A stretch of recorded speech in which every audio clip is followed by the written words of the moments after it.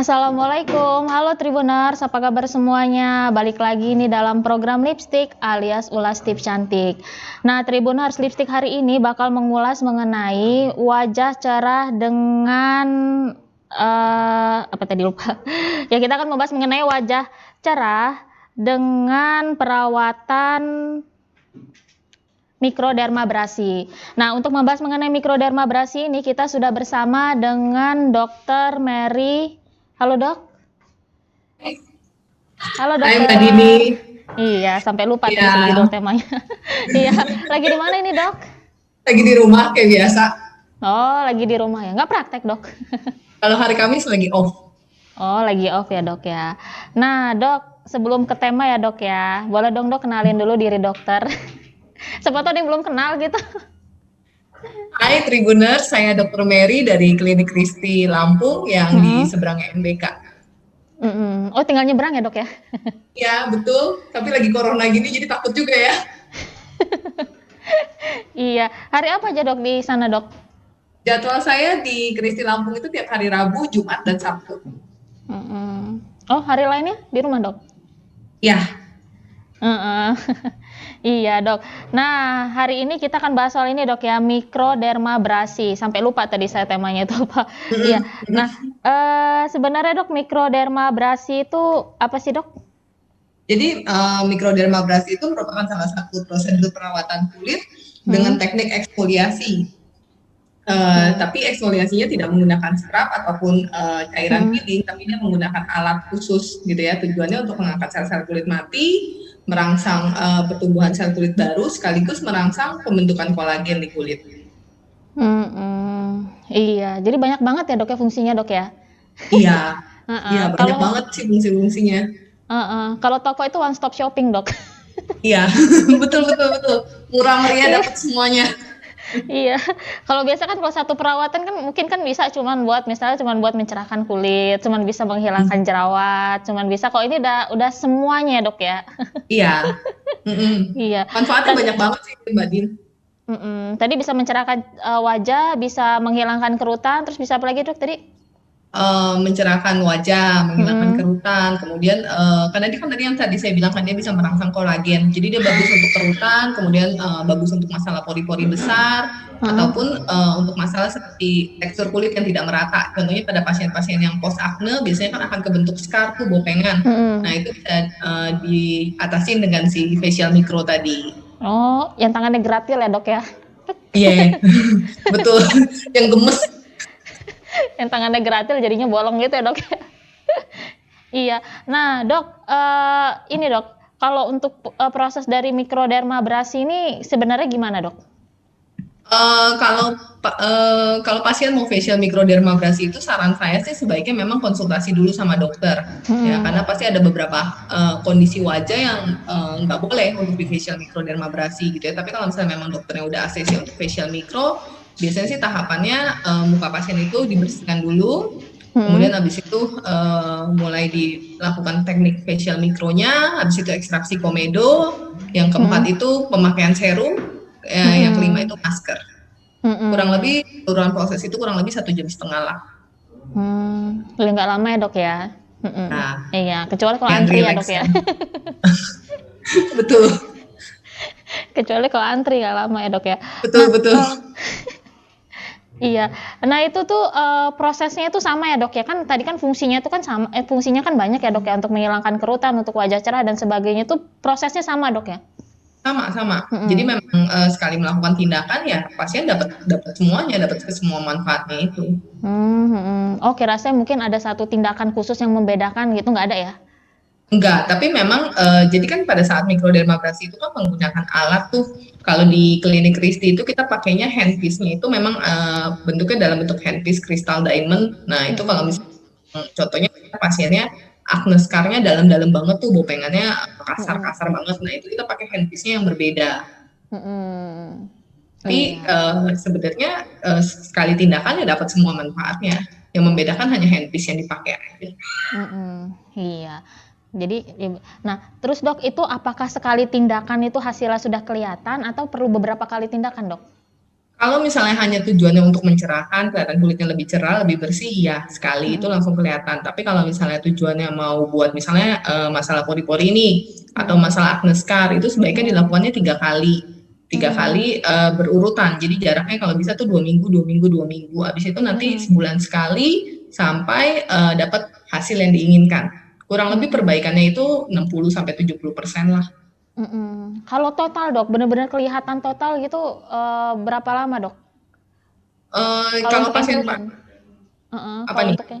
kalau untuk yang kerutan gitu dok, itu Kalau baru misalnya berapa lama? kerutan-kerutannya masih halus sih 5 kali biasanya udah kelihatan. Oh 5 kali udah kelihatan ya. Tapi Takutnya langsung kalau keriput bang. kerutan yang udah dalam banget itu sih memang butuh waktu sih. Iya. Kalau scar dok, itu berapa lama dok dia baru bisa mulus? Kalau sekarang memang agak lama Mbak Dini, bisa berkali-kali memang. Lebih daripada 5 kali. Iya. Oh yang Kalau untuk dia mencerahkan. kecuali kalau memang dia scarnya masih scar halus dan itu masih baru, masih kurang dari 1 tahun, itu biasanya progresnya lebih cepat. Tapi kebanyakan pasien-pasien kan biasanya kalau yang datang dengan scar itu kan dia udah beberapa lama ya, udah bertahun-tahun kan kejadiannya kan. Nah itu memang lama. Dan itu tuh bukan hanya berlaku untuk scar karena bekas jerawat ya dok ya, tapi mungkin kayak scar bekas cacar gitu semua bisa ya dok ya? Bisa. Bisa. Iya, kecuali yang wajah cerah baru bisa cepet ya dok ya, 3 kali mungkin udah kelihatan ya? Iya, sekali juga udah kelihatan kok Mbak Dini. Itu kalau misalnya untuk mencerahkan wajah, biasanya hari ini tindakan, besok tuh pasien ngaca pasti udah ngerasa deh, mukanya kelihatan lebih cerah, lebih bersih. Tapi maksimal 3 kali ya dok ya? Nah, itu kalau kita sudah dapat hasilnya dok ya, sudah dapat hasil yang diinginkan ya, misalnya scarnya mungkin sudah hilang, wajah sudah halus, kerutan juga sudah hilang gitu, itu kita perlu pengulangan lagi nggak dok? Sebaiknya iya, di maintenance lah, sekali. Sebulan sekali ya dok ya? Nah, setelah kita mikrodermabrasi ini dok, apa yang tidak boleh dan apa yang harus dilakukan pasien dok? Sebenarnya sih kalau facial microdermabrasi sih nggak ada masalah sih, paling pasiennya hanya kemerahan aja sedikit kan, minimal banget kemerahannya, jadi pasien udah langsung bisa beraktivitas seperti biasa. Paling sarannya jangan pakai krim malam dulu hari pertama itu, pada hari saat melakukan tindakannya. Tapi kalau cuci muka pakai sabun masih boleh, kemudian besokannya pakai sunscreen. Oh kok sunscreen mah terus ya? Nah betul. Sunscreen minimal berapa dok? Saran saya sih paling kecil banget tuh SPF 30, paling kecil banget. Iya itu nanti dok bedanya antara sunscreen dengan sunblock itu apa sih dok? Sama nggak itu? Sebenarnya sih mirip-mirip lah, tinggal lihat di kandungan aja sih, tinggal lihat kandungannya dia ada anti UVA apa anti UVB apa anti UVA dan UVB gitu kan. Tapi kalau rata-rata sekarang semua produk sunscreen itu atau sunblock itu pasti kandungannya udah anti UVA dan UVB. Iya, sebenarnya sama dok ya, cuman istilahnya aja gitu ya sebenarnya. Sebenarnya emang mirip-mirip semua. Iya, lah kok ada musik? Iya. Nah, dok, ini mikrodermabrasi ini nih aman untuk usia berapa dok? Begitu menginjak usia remaja gitu udah boleh kok. Tapi ya itu tadi saya bilang kan, konsultasikan dulu sama dokternya. Karena nggak semua permasalahan kulit itu boleh. Gitu kan. Jadi memang sebaiknya konsultasi dulu sama dokter. Iya. Nah kalau yang nggak boleh itu dalam kondisi kulit yang gimana atau dalam keadaan kesehatan yang gimana dok? Yang dokter bilang nggak boleh lah ini mikro ini. Kalau yang paling pertama itu yang kulitnya merah, jadi kelihatan kulitnya kemerahan, kelihatan kulitnya misalnya ada luka atau ada sunburn, gitu kan? Atau kalau nggak pasiennya ada riwayat misalnya dia habis post waxing di area sekitar wajah sini, atau kalau nggak pasiennya habis melakukan tindakan-tindakan eksfoliasi sebelumnya, gitu. Jadi dari 2 minggu itu pasien habis melakukan peeling atau pasiennya habis melakukan tindakan facial micro mungkin di tempat lain gitu ya, itu sebaiknya jangan, jadi kasih jeda waktu kalau bisa minimal itu 2 minggu. Emang kenapa dok? Efeknya apa dok kalau dibarengin dok? Takutnya ya kulitnya jadi makin sensitif dong kan, karena pada saat eksfoliasi kan tindakan facial microdermabrasi itu kan eksfoliasi kan, jadi dia sebenarnya ngangkatin sel-sel kulit mati. Ketika kita memaksa kulit untuk terus-terusan diangkat sel kulit mati ya pasti kan nggak bagus, jadi takutnya malah jadi luka, lecet, nanti pasiennya mau cantik, totonya keluar malah lecet-lecet gitu kan misalnya. Dia protes lagi, nangis lagi. Kok wajah gue gini gitu ya? Iya. gitu, makanya sebaiknya konsultasi dulu gitu kan. Iya, nah kalau jerawatan dok, bisa nggak dok? Kalau misalnya yang jerawatnya masih jerawat-jerawat aktif, saya nggak saranin. Tapi kalau misalnya cuman sekedar beruntusan, komedoan gitu, itu boleh. Gitu. Tapi kalau yang jerawatnya masih yang kayak gede-gede bernanah, itu jangan. Memang kenapa dok? Dampaknya apa dok nanti ke kulit tuh? Pertama pasti pasiennya kesakitan. Ya kan, karena kalau jerawat lagi beradang gitu kan pasti lagi sakit-sakitnya kan, apalagi di amplas gitu kan, istilahnya kan mikrodermabrasi itu sama seperti di amplas lah ya istilahnya gitu, jadi pasti ke pasiennya kesakitan. Yang kedua, takutnya malah makin meradang. Yang ketiga, ya itu takutnya malah tujuannya mau cantik, jerawat yang lagi meradang gitu kita kotak-atik, kepengennya nanti takutnya malah jadi acne scar. Oh malah ini ya dok ya, malah bukannya jadi cantik malah jadi bolong-bolong gitu ya makanya. Betul. Makanya jadi harus nggak semua treatment itu walaupun kelihatannya bagus tapi belum tentu cocok sama muka kita gitu. Jadi jangan karena ikut-ikut sama kata orang ini bagus gitu kan, temen aku habis treatment ini bagus aku pengen juga gitu, itu jangan gitu. Konsultasi juga free kan, jadi nggak salah dong ketemu sama saya atau Dr. Obel. Promosi. Iya, memang lagi banyak orang yang ikut-ikutan dok. Misalnya ngeliat wajah, jangankan treatment ya dok ya, skincare aja banyak yang ikut-ikutan gitu. Kok ngeliat wajah ini kok cantik banget, kok mulus, gue mau kesana lah. Nanti kesana lagi ngeliat yang bagus lagi, kesana lagi. Betul pasti gitu kan. Tapi jangan sih, mendingan sih gitu kan, karena nggak belum tentu nih misalnya kayak saya sama Mbak Dini nih sama-sama nggak jerawatan gitu kan, tapi belum tentu skincare yang dipakai atau treatmentnya bisa sama. Iya, ini saya lagi beruntusan dok di atas ini. Ayo facial micro. Boleh dok, ada diskon nggak dok? Ada lagi ada diskon hour dari jam 10 sampai jam 15. Berapa dok diskonnya dok? 20%. Harganya itu kalau hanya mikrodermabrasinya aja 250, tapi kalau sama facial 350. 20% lumayan ya. Sampai tanggal berapa itu dok? Sampai bulan November, sampai November akhir. Iya promosi sekalian dok ya. Cuma di Kristi ya ada gitu. Iya betul. Iya, ini lagi beruntusan, biasa lah dok, cewek ya lagi hormon gitu kan, keluar semua gitu. Nah dok, kalau ada kondisi kesehatan nggak yang nggak dokter bolehkan dia mikro? Dia mungkin lagi sakit apa gitu? Enggak sih, enggak ada masalah. Enggak ada masalah mau misalnya pasiennya dengan DM gitu kan, nggak masalah ya. Kemudian dengan hipertensi atau darah tinggi boleh-boleh aja, kecuali mungkin lagi hamil. Kalau lagi hamil biasanya pasti akan anamnesanya harus lebih lengkap gitu, jadi ketika pemeriksaan pasien harus lebih lengkap gitu.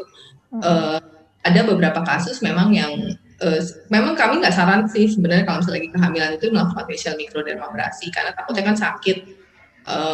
Ambang toleransinya ketika hamil itu kan biasanya lebih mudah untuk merasakan sakit kan, takutnya ketika dia merasakan kesakitan nanti dia malah kontraksi lagi rahimnya. Ada aja sih pasien yang pernah lagi hamil dia melakukan facial mikro, tapi ya itu memang udah konsultasi dulu. Nah kalau lagi menyusui dok? Boleh, nggak masalah. Nggak masalah ya. Paling kalau babynya tiba-tiba nangis minta nyusu ya sambil mikro sambil menyusui lah ya. Ya benar, itu masalahnya dok. Makanya jangan dibawa pas treatment, udah titipin aja, lo malah ngeracunin kan gua. Iya. Nah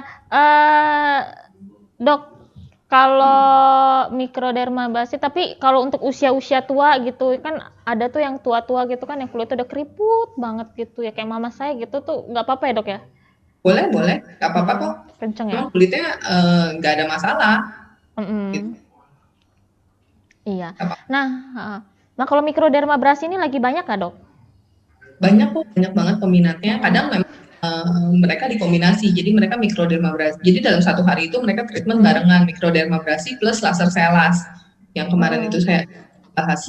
Gitu. Jadi kadang memang dikombinasi, atau kadang mereka cuma ngambil mikrodermabrasi juga dan mikrodermabrasinya aja gitu. Karena memang hasilnya oke sih, hasilnya cukup oke. Apalagi kalau misalnya memang dia dikombinasikan sama si laser selasnya itu. Jadi sekalian dok ya dua-duanya gitu. Benar. Bener banget, apalagi kalau misalnya memang pasien-pasiennya yang acne scarnya dalam banget gitu kan, atau kalau fleknya cukup tebel, nah itu bagus dikombinasikan. Iya, jadi biar cantik sekalian ya dok ya. Betul. Iya, tapi dok, ini kalau saya boleh tanya sedikit dok, ini kan mungkin karena pandemi, ini kan masih ada orang yang takut mau treatment. Itu gimana dok? Ya kalau misalnya memang pasiennya takut sih kita juga nggak bakalan paksa kan, gitu ya.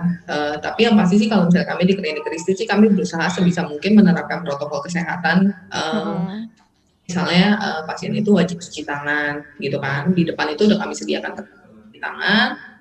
Ketika masuk pun pakai lagi hand sanitizer, gitu kan. Sedangkan untuk area-area umumnya itu pasti kami rutin kami semprotin pakai disinfektan. Para perawat termasuk para dokter juga pakai masker, pakai face shield gitu kan, kemudian pakai jubah gitu.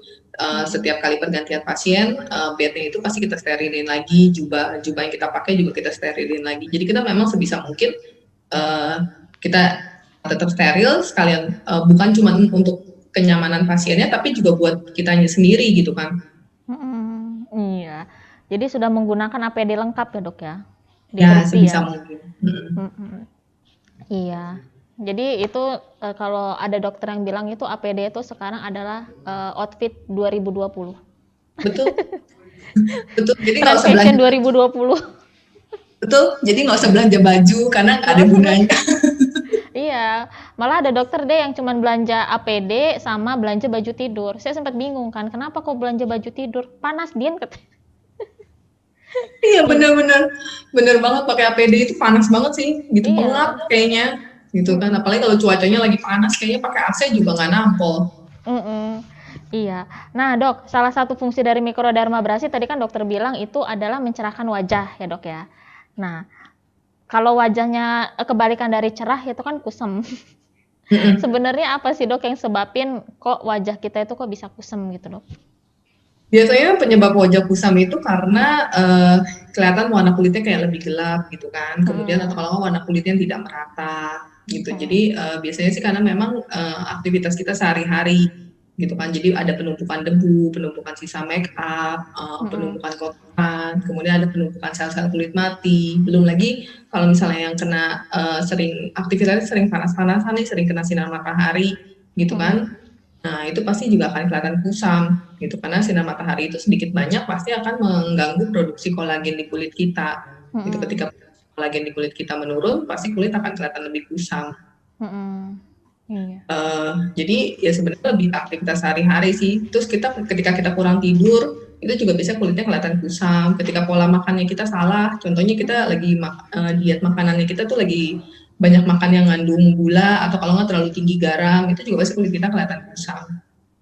Jadi banyak faktor yang mempengaruhi kulit kita kusam. Terus ketika kita kulitnya dehidrasi gitu ya, jadi kelihatan kulitnya kering, itu juga kelihatannya kusam. Iya. Oh yang begadang itu yang kebiasaan nonton drakor ya dok ya, sampai itu tanggung lah. Betul tanggung satu episode akhirnya selesai semuanya. Toto udah subuh aja ya. Iya. Awal nih Mbak Dini nih kayaknya nih yang sering nih. Mbak Dini nih kayaknya yang sering nonton drakor nih sampai ini. Enggak, saya malah kurang suka dok drakor. Saya nggak tahu, saya dari dulu itu ini nggak hilang-hilang. Dari zaman kuliah. Ya. Dari zaman kuliah ini nggak bisa hilang-hilang gitu loh dok. Nah, biar kulit kita ini dok, untuk mencegah dok ya, untuk mencegah biar kulit kita nggak kusam ini kita harus gimana dok? Yang klise sih sebenarnya yaitu tadi cukup tidur. Kalau bisa bahkan tidurnya itu sebelum jam 11 malam. Jadi walaupun kita misalnya cukup tidur kok dok 7 jam, tapi mulai tidur jam berapa? Jam 3 pagi sampai jam 10, itu kan 7 jam ya. Itu sebenarnya sama aja bohong. Karena tubuh itu ada mekanismenya gitu ya. Jadi kalau bisa sih memang sebelum jam 11 malam itu udah mulai tidur. Kenapa? Karena memang di atas jam 11 itu biasanya tubuh mulai melakukan proses perbaikan sel-sel gitu kan. Mereka memperbaiki semuanya lah, mulai dari sel kulit lah, organ jantung, usus, semuanya mereka akan melakukan perbaikan gitu. Jadi kalau bisa memang sebelum 11 itu udah tidur. Jadi cukup tidur dengan waktu yang juga tepat. Kemudian cukup minum air putih. Biasanya orang Indonesia ini rata-rata sih pasien-pasien yang datang di Kristi itu kalau saya anamnesa pasti mereka minumnya kurang karena dengan alasan malas untuk pipis. Gitu. Saya juga bingung sih kenapa malas pipis. Kan tinggal ke WC ya, tinggal ke toilet. Rata-rata pasti malas untuk minum. Yang ketiga, banyak makan sayur sama buah-buahan.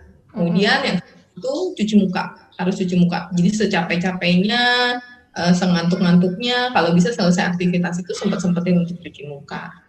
Ya, kalau misalnya memang sempat ada waktu sebulan sekali melakukan facial rutin gitu kan, bisa macam-macam sih facialnya, nggak harus facial mikro, apa aja juga boleh gitu, disesuaikan kebutuhan kulitnya. Berikutnya pakai sunscreen, wajib harus. Iya, kalau orang kan ada orang yang ngeluh ya dok ya, saya tuh udah pakai sunscreen tapi tetap aja kulit gelap itu. Mungkin ini dok ya, mungkin karena nggak diulang kali dok ya sama dia ya? Ya, pertama nggak diulang. Yang kedua, dia pakai SPF-nya yang berapa, gitu kan? Iya. Nah, itu dok, kalau untuk mengenai bersihin muka dok, itu kita cukup cuci muka aja atau harus pakai apa sih dok namanya? Toner, milk cleanser, gitu. Harus akan lebih bagus sih, akan lebih bagus terutama setelah kita aktivitas seharian gitu kan, kita udah habis pakai make up, udah habis keluar keringetan, kena kotoran, debu gitu. Itu akan lebih bagus kalau memang double cleansing gitu. Tapi itu pun jangan karena saking pengen bersih terus melakukannya harsh gitu loh. Jadi kayak ditekan gitu, wah biar bersih nih gitu kan. Juga jangan, jadi itu harus gentle. Jadi pas lagi sabunan pun pelan-pelan aja dimasaknya. Ketika pakai toner pun ditepuk-tepuk aja secara perlahan. Ketika pakai milk cleansing pun sama, pelan-pelan aja. Gitu. Akan lebih bagus kalau memang bisa double cleansing gitu. Tapi kembali lagi ke kebutuhan kulit gitu ya. Contohnya memang ada pasien-pasien misalnya yang tipe kulitnya kering gitu kan. Itu memang nggak harus yang double cleansing sih. Sebenarnya dia cukup pakai sabun cuci muka aja sama pakai toner yang mild gitu. Jadi memang kembali lagi ke kulitnya sama cara dia melakukannya ketika cleansing. Iya, nyinggung soal cuci muka tuh saya pernah diajarin sama dokter Foni dok. Katanya kalau bersihin itu ke sini. Ya, jadi jangan digosok-gosok. Kalau bisa ngangkat. Gosok-gosok. Satu arah. Iya, satu arah ke atas. Kenapa dok? Kata harus kayak gitu. Din kalau misalnya di kayak gini-giniin, kata dia nanti kulitnya nambah banyak kerutan, kata dia. Emang? Jadi kata dia dikeatasin gini satu arah kata dia. Saya baru tahu tuh dok, ternyata cuci mukanya salah pun bisa bikin kerutan. Iya, soalnya kan kita cuci muka biasanya pasti sehari 2 kali lah ya. Jadi kita melakukannya selama bertahun-tahun, jadi pasti otomatis ya akan ngebentuk kerutan di wajah kita. Iya, itu ilmu baru dari dia itu ya, baru tahu itu saya tuh. Iya benar. Nah dok, tadi kan soal wajah cerah, kita sekarang ke soal scar ya dok ya. Scar itu kok bisa timbul itu kenapa? Apa tangannya jahil? Tapi bisa nggak dok kalau jerawat itu dia pecah dengan sendirinya itu bisa bikin scar? Bisa ya. Jadi tergantung jerawatnya. Jerawatnya sebesar apa, semeradang apa. Biasanya kalau misalnya jerawatnya yang memang sampai besar banget, kan ada tuh memang pasiennya jerawatnya besar banget sampai bernanah dan segala macam. Nah itu pasti jerawat yang seperti itu biasanya dia merusak tekstur kulit. Gitu kan, karena dia meradang terus dia bengkak terus, sedangkan kulit kan pasti ada batas elastisitasnya, dia bengkak terus seperti itu, jadi pasti ada tekstur kulit yang rusak, jadi pasti akan kebentuk scar gitu kan. Jadi apalagi kalau misalnya pasien ditambah gratil, dipencet terus, nah, itu udah pasti ada jaringan lagi yang rusak lagi gitu. Mendingan ke dokter aja deh kalau udah jerawatan kayak gitu. Udah yang aman-aman aja ke dokter aja. Iya, ini saya ada jerawat satu di sini, mungkin di kamera nggak kelihatan ya, ini nggak berani tuh saya sentuh-sentuh dari kemarin itu. Nah, tapi kan di luaran itu dok, ada yang dijual kayak semacam alat itu, saya juga nggak tahu sih, katanya itu bisa untuk mecahin jerawat, bisa bersihin komedo yang panjang, ujungnya bulat, ujung satunya lagi tajam, itu aman nggak dok sebenarnya dipakai? Saya sih nggak berani sampai sekarang. Oh, memang alat buat ekstraksi komedo ya? Itu kan dijual di pasaran tuh, kalau saya pernah lihat itu harganya tuh ada sekitar 5.000 sampai 10.000 gitu. Itu sebenarnya kalau kita pakai untuk orang-orang biasa kayak kita gitu aman nggak sih dok sebenarnya? Kali lagi, pertama ketika kamu melakukannya jerawatnya yang seperti apa, yang kedua tekniknya ketika melakukannya, kemudian pasti ada tahapan-tahapannya gitu kan. Ini sama aja sih sebenarnya sama yang kayak lagi tren sekarang itu vakum komedo Mbak Dini, yang vakum gitu kan, alatnya bentuknya kayak pena, suction gitu, jadi nanti komedonya bersih. gitu kan. Itu juga sebenarnya bagus-bagus aja gitu kan, termasuk yang buat ekstraksi komedo yang manual yang tadi dibilang tadi itu juga bagus-bagus aja. Cuman ya kembali lagi yang mau dipencet itu jerawat seperti apa, komedo seperti apa, kemudian teknik ketika melakukannya gimana gitu kan. Sedangkan kebanyakan orang itu biasanya melakukannya lagi ngaca, komedo gue banyak, langsung ambil pencet, udah kelar selesai gitu. Nah itu sebenarnya nggak boleh gitu kan, karena pertama nggak steril, nggak tahu itu alatnya habis kena apa. Terus yang kedua, kasihan itu kulitnya lagi dalam keadaan istilahnya pori-porinya lagi menutup, terus kita paksa untuk pencet keluar. Terus habis itu udah dibiarkan begitu saja, seperti hati yang ditinggalkan oleh mantan kan, terluka. Iya, tapi kalau saya sendiri sih nggak berani ya dok ya, itu kan nggak tahu sih gimana ya dok ya. Nah, terakhir dok, ini pertanyaan sorry agak panjang dok ya, soalnya kan nanti mau buat setengah halaman dok. Nah, kalau kerutan itu kan bukan hanya dialamin oleh orang yang sudah tua, tapi juga yang masih muda juga. Itu yang bikin kita jadi kayak ngalamin penuaan dini ya dok ya. Nah, penuaan dini itu kok orang bisa kena penuaan dini itu sebabnya apa dok? Faktor genetik bisa berperan. Yang kedua ya karena sinar matahari. Sinar matahari seperti yang kita tahu itu dari zaman saya kecil, bahkan kan lapisan ozon itu udah bolong gitu kan. Sinar matahari itu jahat, harus pakai sunscreen gitu ya. Yang tadi saya juga udah bilang, sunscreen itu sinar matahari itu bisa mengganggu proses pembentukan kolagen di kulit kita, gitu kan. Ketika proses pembentukan kolagen di kulit kita terganggu, otomatis akan lebih mudah muncul kerutan-kerutan. Jadi sebisa mungkin pakai sunblock atau sunscreen. Kembali gitu lagi kan. Tetap ya ke sunscreen ya dok ya. Kan sekarang memang lagi digaung-gaungkan kan sama orang-orang yang terjun di bidang estetika gitu kan. Mereka bilang sunscreen first gitu loh. Jadi mau skincare kamu apapun juga, mau kamu treatment apapun juga, kalau kamu nggak pakai sunscreen sama aja bohong gitu. Jadi sunscreen first. Iya, tetap sunscreen ya dok ya. Mau perawatan semahal apapun juga tetap harus. Betul, sunscreennya harus. Dan harga sunscreen itu kan nggak mahal ya dok ya. Jadi ya, bervariasi. Kan punya. Bervariasi kok, maksudnya yang di bawah 50.000 ada, mau sampai yang di atas 500.000 juga ada gitu kan, tinggal disesuaikan aja sama kantong masing-masing, sama warna kulit gitu kan. Iya, sunscreen saja cuma 60.000 kok dok. Iya bener, dan itu bisa lama lagi kan. Iya, 60.000 sebulan lagi dok. Iya, sunscreen itu pakainya nggak banyak kok Mbak Dini. Sebenarnya resepnya itu resep 2 jari gitu kan, pakainya itu sebanyak kurang lebih 2 jari, bukan 2 jari penuh yang kayak iklan odol gitu ya, bukan, cuma 2 jari tipis gitu kan. Itu dipakai merata sampai ke telinga, leher, belakang leher gitu loh. Ini udah hemat banget sih sebenarnya. Iya, kalau saya sih makanya malah cuman gini dok, 1, 2, 3, 4, 5 udah. Ya. Kadang orang kelupaan ini nih Mbak Dini, leher. Oh iya, saya sering lupa sini.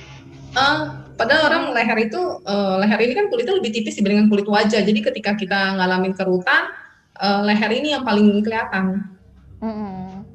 Iya. Oke dok, sebelum saya tutup dok, ada yang mau disampaikan dok? Nggak ada. Terima kasih aja buat Mbak Dini untuk kesempatannya. Nggak ada dok ya. Paling yang disampaikan udah dari kemarin sih. Jangan lupa pakai sunscreen-nya ya. Tetap ya dok ya. Ya, betul. Tetap ya, pakai sunscreen dan jangan lupa perawatan di Christy. Benar. Betul. Iya. Oke, Dokter Mary, terima kasih banyak ya dokter ya atas waktunya. Jangan bosen ya, Dok. Enggak. Panjang Tribunersnya belum bosen sama saya, nggak apa-apa. Iya. Oke, dokter. Makasih banyak dokter atas waktunya. Bye. Thank you. Kasih, Dok. Ya, Tribuners, itu tadi obrolan kita bareng Dokter Mary. Semoga obrolan bermanfaat. Sampai jumpa lagi. Assalamualaikum. Dadah.